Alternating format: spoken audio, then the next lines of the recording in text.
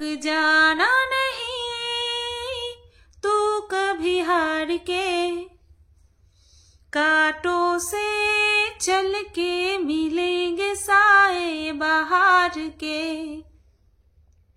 रुक जाना नहीं तू कभी हार के, कांटों से चल के मिलेंगे साए बहार के।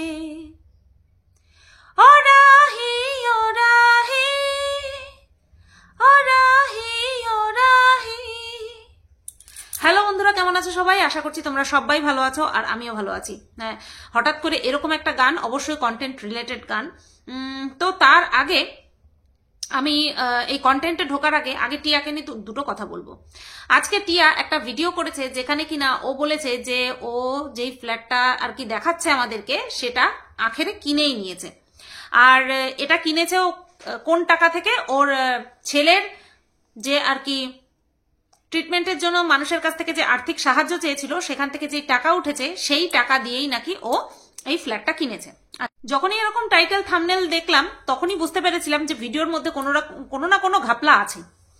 তো ও ট্রিটমেন্টের জন্য মানুষের কাছে আর্থিক সাহায্য চেয়ে কত টাকা উঠেছিল তার একটা অ্যামাউন্ট আমাদেরকে বলেছে। তো যেটা ও বলেছে, যেহেতু আমরা তদন্ত করতে যাইনি বা ও বলেছিল বারবার যে তোমরা এসে দেখে যাও, যেহেতু আমরা যাইনি তার জন্য ওর মুখের কথা আমরা মেনে নিতে বাধ্য। আর তো সেই টাকা থেকে নাকি ও ফ্ল্যাট কিনেছে। তো এটা তো প্রথমেই পরিষ্কার হয়ে যায় যে ওর ভিডিওর মধ্যে ও এটা নাটক করেছে। টাইটেলে থাম্বনেলে যেটা দিয়েছে সেটা ভিউজ কামানোর জন্য নাটক করেছে। ও অ্যাকচুয়ালি ভিডিওটা করেছে ওর ফ্ল্যাটের ট্যুর, ঠিক আছে? ও যে ফ্ল্যাটটা নিয়েছে, ভাড়া নিয়েছে, সেই ফ্ল্যাটের ট্যুর ছিল ভিডিওটা। তো ও বুঝতে পেরেছে যে এইভাবে যদি টাইটেল থাম্বনেল দিই যে আমার ফ্ল্যাটের ট্যুর, তাহলে দর্শক বেশি দেখবে না। তার জন্য দর্শকের বেশি দেখার জন্য আমার কি করতে হবে? টাইটেলটাকে অন্যরকম ভাবে দিতে হবে। আর যেহেতু ও জানে যে দর্শকরা ও যে মানুষের কাছ থেকে টাকা সাহায্য নিয়েছিল এবং সেই কাজটা করেনি, তো সেই কারণে মানুষ যে ওকে কটাক্ষ করে সেটাও ভালো মতন জানে এবং ও সেই বিষয়টাকেই আর কি শিখণ্ডী করে এরকম টাইটেল থাম্বনেল ওর ভিডিওতে দিয়েছে। আর যথারীতি সেরকমটাই আমরা দেখলাম যে ও প্রথমে ফ্ল্যাটের ট্যুরটা দিল, যে কোথায় রয়েছে না রয়েছে সমস্ত ইনফরমেশনগুলো ব্লার করে, যেটা কিনা বুদ্ধিমানের কাজ করেছে, ব্লার করে দিয়ে তারপরে ও ফ্ল্যাটের ট্যুর করিয়েছে, করে তারপরে ও যেটা টাইটেল থাম্বনেলে দিয়েছে সেটা নিয়ে আলোচনা করেছে। তো বলছে, অনেকে নাকি বলছে যে ও ফ্ল্যাটটা কিনে নিয়েছে। তো না, ফ্ল্যাট কেনার মতন ভুল ও যে করবে না সেটা আমরা সবাই জানি, ঠিক আছে? তো ও এটা করবে না, ও ভাড়াই নিয়েছে। আর হ্যাঁ, ও ভাড়াটার দামটা কিন্তু ঠিক বলেছে যে 8,000 টাকা। যেহেতু হয়তো ওখানটায় মানে ফ্ল্যাটে এসে থাকার সংখ্যা মানুষের কম, আসলে ওই যে বলে না চাহিদা হয়তো কম, সেই কারণে এত বড় একটা ফ্ল্যাট 8,000 টাকায় ভাড়া পেয়েছে, সত্যি খুব কমে পেয়েছে। তো তার জন্যই আর কি ওরা এটা নিয়ে নিয়েছে। এবং ওর যে নাটক করছিল, ও যে এটা ক্লিক বেট খেলেছে, সেটাও আমি ওর ভিডিও না দেখেই জানতাম, তারপরেও গেলাম। আর আমার মতনই এরকম বহু মানুষ সবকিছু জেনে শুনে ভিডিওটাতে ক্লিক করেছে। তো সেখানে দেখার পরে আরো বিশেষ কিছু জিনিস বেরিয়ে আসলো, যেটা কিনা ও বলল যে ভালো লাগছে না, এই শহরে এসে ভালো লাগছে না। ও যে একেবারে মিথ্যে কথা বলছে সেটা আমি বলবো না, কারণ আমি এই আমার 35 বছর বয়স, সেই 35 বছর বয়স পর্যন্ত আমি গ্রামেই থেকেছি। আমার জন্মস্থান তো এর থেকেও বেশি গ্রাম। এখানে তো আশেপাশে মাঠ নেই, মাঠ দেখতে গেলে একটু দূরে যেতে হয়। আছে, এখানে আছে, প্রচুর আছে, কিন্তু একটু দূরে যেতে হবে। এই জায়গাটা নিয়ে আমরা যেখানে থাকি সেখানে নেই। আমাদের বাড়ির চারপাশে তো চারিদিকে বাড়ি। তো আমি গ্রামে জন্মগ্রহণ করেছি, আমার গ্রাম দেখলে ভালো লাগে, আমার ছায়া ঘেরা বাড়ি দেখলে ভালো লাগে, ছায়াতে ঘেরা উঠোন, নিকোনো উঠোন অর্থাৎ ঝাড় দেওয়া পুরো পরিষ্কার করা উঠোন আমার খুব ভালো লাগে। মানে উঠোনের একটা কোণে তুলসী মঞ্চ, সে যে কি ভালো লাগে আমার দেখতে, সে আমি মানে মুখে বলে বোঝাতে পারবো না। ওই যে পাঁচিল দেওয়া বাড়ি না, ওই বাড়ির থেকে ওই যে মুলি বাঁশের বেড়া কেটে কেটে যে বেড়া দেওয়া থাকে চারিদিকে, জানি ওগুলো খুব তাড়াতাড়ি নষ্ট হয়ে যায়, তারপরেও ওইগুলো দেখলে আমার খুব ভালো লাগে। ইউটিউবে সার্চ করে করে আমি ওই রকম জিনিস দেখি, চোখটা জুড়িয়ে যায় আর মনে হয় যেন আমি ওইখানটায় চলে গেছি। তো এটা একদম সঠিক কথা। ও হয়তো পাল্লা দেওয়ার জন্য অথবা ভিউজের জন্য এরকম শহরে গেছে, এটা মানে কি বলবো, বাস্তব সত্যি কথা, ভিউজের জন্য গেছে। আর ওই ছেলের পড়াশোনার কথা বলছে, বিশ্বাস করো আমি দেখি না ও ছেলের পড়াশোনা নিয়ে ও অতটা কনসার্ন, আমি দেখি না। আমি ওকে কনসার্ন দেখি শুধুমাত্র কিভাবে ভিউজ আর্ন করা যাবে, কিভাবে বিজনেস গ্রো করা যাবে, অর্থাৎ পয়সা কি করে কামানো যাবে সেই বিষয়ে ওকে কনসার্ন দেখি। ওর ছেলের সম্পর্কে, ওর এই ছেলের পড়াশোনা সম্পর্কে ওকে অতটা আমি কনসার্ন দেখিনি কোনো সময়, আর দেখবও না। ওর ছেলের পড়াশোনার জন্য এখানে আসা, এটা আমার কাছে যেন কেমন একটা মেকি মেকি মনে হয়, মানে রিয়েল কারণ মনে হয় না। হয়তো দর্শকদেরকে দেখানোর জন্য ছেলেকে হয়তো সেই রকম স্কুলে ভর্তিও করবে, কিন্তু এটা ওর মেন মোটিভ ছিল না। এটা আমার মনে হয়, ওকে এতদিন ধরে দেখি তো এটা আমার মনে হয়। ও যে বলছে না যে থাকতে ভালো লাগছে না, নিজের বাড়ির শান্তি আলাদা, এটা বাস্তব সত্যি কথা। আমি ফ্ল্যাটে যতবার গেছি আমার দম বন্ধ হয়ে গেছে, যে যার ফ্ল্যাটেই গেছি না কেন। প্রথম আমি ফ্ল্যাটে গেছিলাম হচ্ছে তোমার আমার ননদের জায়ের ফ্ল্যাটে, ঠিক আছে, মধ্যমগ্রামে। তো সেখানে গেছিলাম, মানে কি বলবো, যাতায়াত করা যাচ্ছে না, ছোট ছোট 2 BHK, ছোট ছোট রুম, খাট রাখলে পরে যাতায়াতের জায়গা নেই, সে কি বিভৎস লাগছিল। 5 দিন ছিলাম, আমার শরীর খারাপ ছিল, 5 দিন ছিলাম আমি, প্রচন্ড পরিমাণে আমাকে টেক কেয়ার করেছিল তারা। আর তারপরে ওই ফ্ল্যাট থেকে আরো অনেক জনের ফ্ল্যাটে গেছিলাম। তো ফ্ল্যাট ওই একটা বদ্ধ, ঠিক আছে, বদ্ধ। আর বাড়ি, সে যদি 2 কাঠা জমির উপরেও বাড়ি থাকে, তারপরেও সেটা নিজের একটা শান্তি আলাদা। তোর এই জায়গায় এই কথাগুলির মধ্যে আমি কোনো রকম কোনো মেকি দেখতে পেলাম না। মেকি হচ্ছে ও নিজেকে টেক্কা দেওয়ার জন্য গেছে। দেখো শহরে তো মৌ রয়েছে, মৌ কল্লোলও তো রয়েছে শহরে, তাই না? মৌ কি কোনো সময় ফ্যান্সি দেখিয়ে ফ্যান্সি ড্রেস পরেছে? টিয়া বলছে যে আমি অ্যাড দিচ্ছি, আমি পড়ছিও প্লাস আমি অ্যাডও দিচ্ছি। ভাই মৌ তো চাইলে পড়তে পারতো যে হ্যাঁ আমি বিক্রি করব, আমি অ্যাড দিচ্ছি। কই, ওর তো পড়তে হয়নি, ও তো এই গ্রামেও যেরকম ছিল ও ওখানে গিয়েও সেরকম। এই একটা ব্লগারকে দেখলাম যে কিনা তার পোষ্য, তার শাশুড়ি মা সবাইকে নিয়ে একসঙ্গে রয়েছে এবং প্রশংসার দাবি রাখে। মৌ সত্যি বলছি, প্রশংসার দাবি রাখে। ও যেইভাবে ওদের পোষ্যটাকে কেয়ার করে না, আমি সেরকম ভাবে ম্যান্ডি স্যান্ডিকে কেয়ার করতে দেখি না। স্যান্ডি যদিও বা করে, ম্যান্ডিকে তো দেখিই না। তো এই জিনিসগুলো আছে। তো মৌ তো কোনো সময় আর্টিফিশিয়াল ভাব দেখায়নি আমাদের সামনে, আমি তো দেখিনি। কিন্তু টিয়াকে দেখেছি। তো যাই হোক, টিয়াকে নিয়ে এই দুটো কথা আমার বলার ছিল। ওর আজকের ভিডিওতে আমার কোনো জায়গায় মেকি বলে মনে হয়নি। তবে হ্যাঁ, এই যে বলছিল না যে ইউটিউব থেকে যে ইনকাম করছে, সেটা গাড়ির কিস্তি, মোবাইলের কিস্তি, এই কিস্তি সেই কিস্তি দিতে দিতে খাওয়ার পয়সা থাকছে না, ওষুধপত্র খাওয়ার পয়সা থাকছে না। খাওয়ার পয়সা কোথা থেকে আসছে? এই ব্যবসার থেকে আসছে। জানি না কতদূর কি সত্যি কথা বলছে, তাই না? কতদূর কি সত্যি কথা বলছে। এছাড়াও ওর ইউটিউব পেমেন্ট ইনকাম আছে, ইনস্টা থেকে ইনকাম করছে। তারপরেও এতটা শুকানো ভালো না, এতটা গলা শুকানো ভালো না। না বলবো না, ঠিক আছে, কিন্তু বলবো, মিথ্যে বলবো, সেটাও একটা খারাপ লাগে, তাই না? আচ্ছা, টিয়ার একটা শর্ট ভিডিও দেখলাম যেখানে হাগাখানা নিয়ে কেউ বলে মনে হয় কমেন্ট করেছে, সেটাকে নিয়ে বলেছে। জানি না কে হাগাখানা বলে কমেন্ট করেছে। যদি কোনো কমেন্টের পরিপ্রেক্ষিতে ও শর্ট ভিডিওটা বানিয়ে থাকে, তাহলে সেই কমেন্ট কর্তা নিশ্চয়ই আমার ভিডিও দেখে ওই হাগাখানা নিয়ে লিখেছে, আর ও সেই হাগাখানা দিয়েই আর কি টাইটেলটা দিয়েছে শর্ট ভিডিওতে। তো বলছে মানুষে যদি এরকম নোংরা কমেন্ট করতে পারে, তাহলে আমি কেন উত্তর দিতে পারবো না? বলছে আমাদেরকে আগে কি ছিল না, কাঁচা ছিল, কিন্তু ছিল। যে কিনা গাড়ি কিনতে পারে, সে একটা শৌচালয় তৈরি করতে পারেনি। হ্যাঁ, একটা শৌচালয়, একটা পাকা শৌচালয় তৈরি করতে পারেনি। তো এটা তার বিকৃত মস্তিষ্কের পরিচয় ছাড়া আর কিচ্ছু না। নোংরা কথা, হাগাখানা হচ্ছে নোংরা কথা, বুঝতে পেরেছো? অন্যের শৌচালয়ে শৌচকর্ম করতে যায়, সেটা ওর কাছে নোংরা লাগে না, সেটা ওর কাছে নোংরা লাগে না। কিন্তু কেউ যদি বলে যে ও দুটো হাগাখানা পেয়েছো, বেশি বেশি করে হাগো, সেটা ওর কাছে খুব নোংরা কথা লাগে। এগুলো হচ্ছে বিকৃত মস্তিষ্ক। মানুষে ঘর যেমন তেমন থাকে, আগে শৌচালয় তৈরি করে যে না এটা একটা হাইজিনিকের ব্যাপার আছে, তাই না? পরিষ্কার পরিচ্ছন্ন থাকতে হয়, আগে আমার শৌচালয়, তা না শৌচালয় আমি শৌচকর্ম করব অন্যের পায়খানাতে, আর আমি গাড়িতে চড়ে ঘুরবো। তো এটা বিকৃত মস্তিষ্কের পরিচয়, এর থেকে আর বেশি কিছু বলার নেই। ওর অভ্যাস আছে অন্যের পায়খানায় গিয়ে পায়খানা করার, তো ওর কাছে তো এগুলো নোংরা কথা বলে মনেই হবে। এবার আসি, গানটা যে করলাম সেটা হচ্ছে মৌয়ের উদ্দেশ্যে। আজকে গতকালকে বানিয়েছিল ভিডিওটা, আজকে আমার হোম পেজে আসলো। দেখো, যে যাদেরকে নিয়ে কন্টেন্ট করি না তাদের ভিডিও দেখা হয় না, সাবস্ক্রাইব করা থাকলেও তাদের ভিডিও ওই লাস্টে পড়ে থাকে, তো সেই পর্যন্ত আর যাই না। তো আজকে দেখলাম সেই ভিডিওটাতে একটুখানি ভিউজ বেশি হয়েছে, অটোমেটিক্যালি চলে এসেছে হোম পেজে। তো ভিডিওটাতে টাইটেলে লেখা ছিল প্রত্যেক রাতে মৌ কান্নাকাটি করছে, ঠিক আছে? তো সেটার কারণ হিসাবে মৌ যে কথাগুলো বলেছে হ্যাঁ হ্যাঁ, মৌয়ের কথা আমি রিলেট করতে পারি। আমার মতন যারা আছে, মৌয়ের মতন যারা আছি আমরা, আমরা সবাই প্রত্যেকের কথা, ব্যথা, বেদনা, অনুভূতি সব কিছু রিলেট করতে পারি। যখন আমি দিল্লি গেছিলাম, ওখানে যারা এসেছিল ম্যাক্সিমাম 99% সব প্রেগনেন্সি রিলেটেড, এবং তারা ওই আমার মতনই ইনফার্টিলিটিতে ভুগছে। তো কে বড়লোক, কে গরিব, কে হিন্দু, কে মুসলিম, কে বিহারি, কোনো জাতপাত নেই ওখানে। সবাই সবার সাথে কথা বলছে, সবারই একটাই দুঃখ। কে ক্লাসি, কে মাসি, সবাই একটা দুঃখই শেয়ার করছে সবাইকে।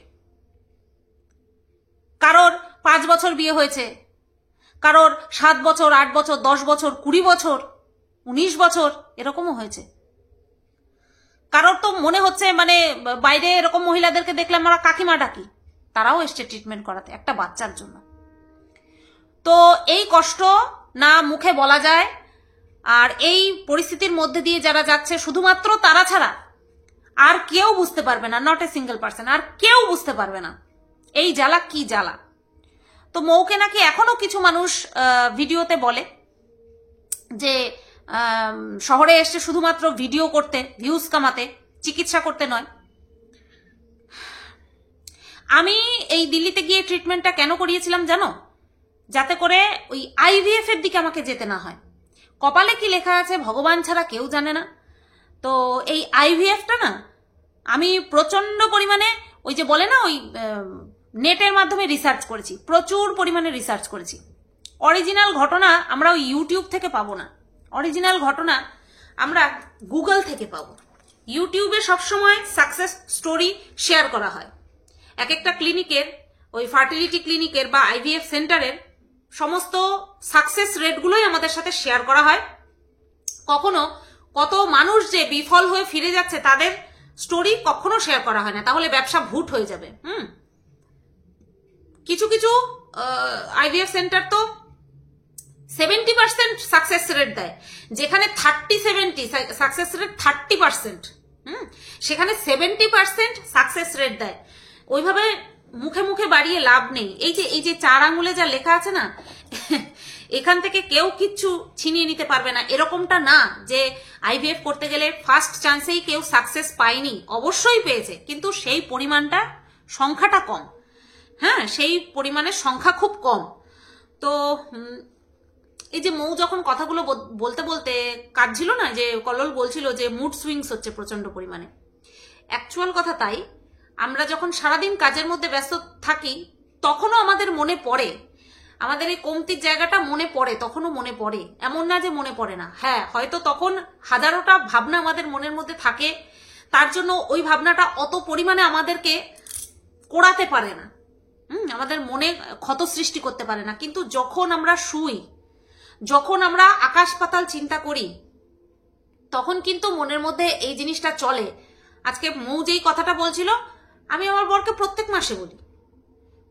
মাসে বলি যে আমার জন্য তুমি সাফার করছো, আমার জন্য তুমি সাফার করছো। আর হ্যাটস অফ কল্লোল, আমার স্বামী, এদের মতন পুরুষদেরকে আমি সত্যি মানে কি বলবো, হ্যাটস অফ জানাই যে এদের মতন স্বামীরা আমাদের জীবনে, আমাদের মতন ইনফার্টিলিটিতে ভুগছি এরকম মহিলাদের জীবনে আছে বলে আমরা এখনো শ্বশুর বাড়িতে টিকে রয়েছি।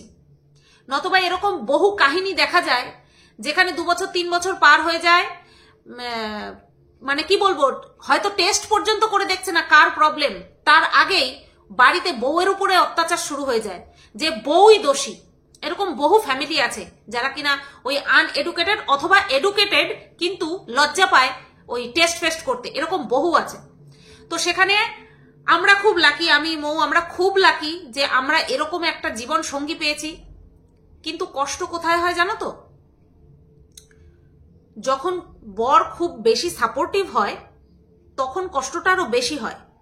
যদি আমাদেরকে, আমি আমার কথা বলি, যদি আমাকে 2-4টে কথা শোনাতো, তোর মতন মেয়েকে বিয়ে না করাই উচিত ছিল, এরকম যদি 2টো কথা শোনাতো না, তাহলেও হয়তো আন্দাজ করতে পারতাম যে তার ভেতরে কতটা কষ্ট হচ্ছে, তার ভেতরে কতখানি জ্বালা। যে দিনকে দিন তো বয়স বাড়ে, তাই না? একটা বয়স পেরিয়ে যাচ্ছে, এখনো সেই সুখটা পাচ্ছে না। এই কথাগুলো ভেবে ভেবে মৌ বলো, আমি বলো, আমাদের মতন মহিলারা যাদের স্বামীরা প্রকাশ করতে পারে না, আমাদের কষ্টে বুকটা ফেটে যায়। আমি তোমাদেরকে বলি না যে আমি আশা ছেড়ে দিয়েছি, সত্যি বলছি আমি আশা ছেড়ে দিয়েছি। কারণ ওই মানুষেরা ওপরটা দেখে, মানুষের ওপরটা দেখে। এই যে আমাকে অনেকে বলে ট্রিটমেন্ট করাচ্ছ না, কত ট্রিটমেন্ট করাবো, কত ট্রিটমেন্ট করাবো। একটা প্রবলেম ছিল, সেটা নিয়ে আমি গেছিলাম, আর তো আমার কোনো প্রবলেম ছিল না। ওই আমার MH PH হ্যানা ত্যানা, ওই যে ব্লাডের যে সমস্ত ব্লাড মানে আর কি টেস্ট করতে হয়, সেই সব ওকে আছে, সেই সমস্ত কিছু ওকে আছে। আমার কোয়ালিটি ভালো আছে, আমার সব ওকে আছে, তারপরেও নেই, তারপরেও হচ্ছে না। ঠিক আছে, এবার সবাই বলতে পারো যে তুমি যেহেতু এই নেগেটিভ রাস্তায় আছো, অর্থাৎ কন্ট্রোভার্সি লাইনে আছো, তার জন্য টেনশনের জন্য তোমার হচ্ছে না। এবার ভাবো আমার মতন এরকম বহু মানুষেরা আছে যেগুলিকে বলে আনএক্সপ্লেইনড ইনফার্টিলিটি, মানে যেই ইনফার্টিলিটির কোনো ব্যাখ্যা হয় না, অর্থাৎ কোনো কারণ নেই, তাদের কি জন্য হচ্ছে। আমারই এক বান্ধবী আছে, এখানে নাম বলবো না, আমার স্কুল ফ্রেন্ড, তার সমস্ত কিছু, তার HSG বলো, তার সমস্ত কিছু ওকে আছে, তারপরেও তার আসছে না। আমার বিয়ের 2 বছর পরে তার বিয়ে হয়েছে। এবার ভাবো। তো মৌকে বলবো আশা হারিও না, আশা ছেড়ো না। যখন একটা কাজে নেমেছো তখন নিজের মনটাকে সুস্থ রাখো, ভগবানকে ডাকি যেন হয়ে যায়। কারণ এই জ্বালা কি যে জ্বালা, এটা কেউ বুঝতে পারবে না, কেউ বুঝতে পারবে না। যারা এর মধ্যে দিয়ে না গেছে তারা বুঝতে পারবে না যে এই জ্বালা কি জ্বালা। ও ফট করে বলে দেওয়া খুব, মানে কি বলবো, সহজ বাজা। এই কথাটা বলে আক্রমণ করা খুব সোজা। দেখে খারাপ লাগছিল, আজকে কল্লোলের ভিডিওটা দেখে খারাপ লাগছিল। আর কল্লোলের কথা শুনে সত্যি বলছি এত ভালো লাগলো না। ছেলেটা বলছে না হলেও আমার কোনো ব্যাপার নেই। এই যে ছেলেরা এই কথাগুলো বলে দেয় না, বড়রা এই কথাগুলো বলে দেয়, ওতে আরো বেশি কষ্ট হয়, আরো বেশি কষ্ট হয়। যে কোন জ্বালায় পড়ে তারা যে বলছে যে না হলেও আমার কোনো অসুবিধা নেই, কতখানি স্যাক্রিফাইস আমাদের জন্য। মৌ আজকে বলেছে না যে আমার জন্য তুমি সাফার করছো, এরকমটা আমিও বলি। কল্লোল যে কথাটা বললো আমার এত ভালো লাগলো যে তোমরা হয়তো দেখোনি, আমার থেকে শুনে নাও তোমরা কল্লোল কি বলেছে, যে আজকে যদি তোমার জায়গায় আমি অন্য কোনো মেয়ে বিয়ে করতাম তাহলেও তো এরকম হতে পারতো। এটা হচ্ছে এক্স্যাক্ট কথা। এই যে ইনফার্টিলিটি বা এই যে নিঃসন্তানতার যে কষ্ট, এটা আমরা স্বামী স্ত্রী বা মৌ কল্লোল স্বামী স্ত্রী তারা কিন্তু কপালে লিখে নিয়ে এসেছে। আজকে আমার যদি অন্য কারোর সঙ্গে বিয়ে হতো সেখানেও আমার এই জ্বালায় ভুগতে হতো, আমার বরের যদি অন্য কারোর সঙ্গে বিয়ে হতো আমার বরকেও এই একই জ্বালায় ভুগতে হতো, কারণ এটা আমাদের নিয়তি। এর সঙ্গে পাপ পুণ্য, আচ্ছা দেখো মৌয়ের ক্যান্সার ছিল, তাহলে মৌ কোন পাপটা করেছিল, অত ছোট বয়সে কোন পাপ করেছিল। এই যে কথায় কথায় আমরা পাপ পুণ্যের বিচার করতে বসে যাই না, কত মানুষ আছে অ্যাক্সিডেন্ট হয়ে পঙ্গু হয়ে যায়, তাই না? তাহলে তারাও কি পাপ করে? কিন্তু আমার কমেন্ট বক্সে এসে ভুরে ভুরে এই সমস্ত কমেন্ট আসে। আজকে বহুদিন পরে মৌকে নিয়ে ভিডিও করলাম। যদি মৌ ভিডিওটা দেখে থাকো বলবো, যদি তুমি IVF করাতে চাও বাছা, IVF করাতে চাও তো তার জন্যই তো এত স্যাক্রিফাইস, হ্যাঁ, তাহলে তোমাকে ওই যে মুড সুইংস, ওই যে কষ্ট, ওটা পেলে চলবে না। ওটা পেলে তোমার চিকিৎসা, তোমার এই যে এত ওষুধ খাওয়া, এত হরমোনাল ইমব্যালেন্স হচ্ছে শরীরের মধ্যে, ঠিক আছে, এত পয়সা খরচা হচ্ছে, এত মানুষের ব্লেসিংস, সব কিন্তু বিফলে চলে যাবে, সব কিছু বিফলে চলে যাবে। আমি তো চাই তোমার কোলে একটা আসুক, কমসে কম তোমার যে জ্বালাটা আছে সেটা তো মিটুক। ভগবানের কাছে প্রার্থনা করি যেন চলে আসে। এই নিয়ে আর আমি সহসা কথা বলি না। আমার এই বাচ্চা রিলেটেড বিষয় নিয়ে না কাঁদতে কাঁদতে চোখের যেন জল শুকিয়ে গেছে। এই কথাগুলো ভেবে আমার যেন চোখেও আর জল আসে না। কেমন একটা হয়ে গেছি আমি, কেমন একটা হয়ে গেছি। চলো ভিডিওটা এই পর্যন্তই রাখলাম। সবাই তোমরা ভালো থেকো, সুস্থ থেকো, টাটা, গুড নাইট।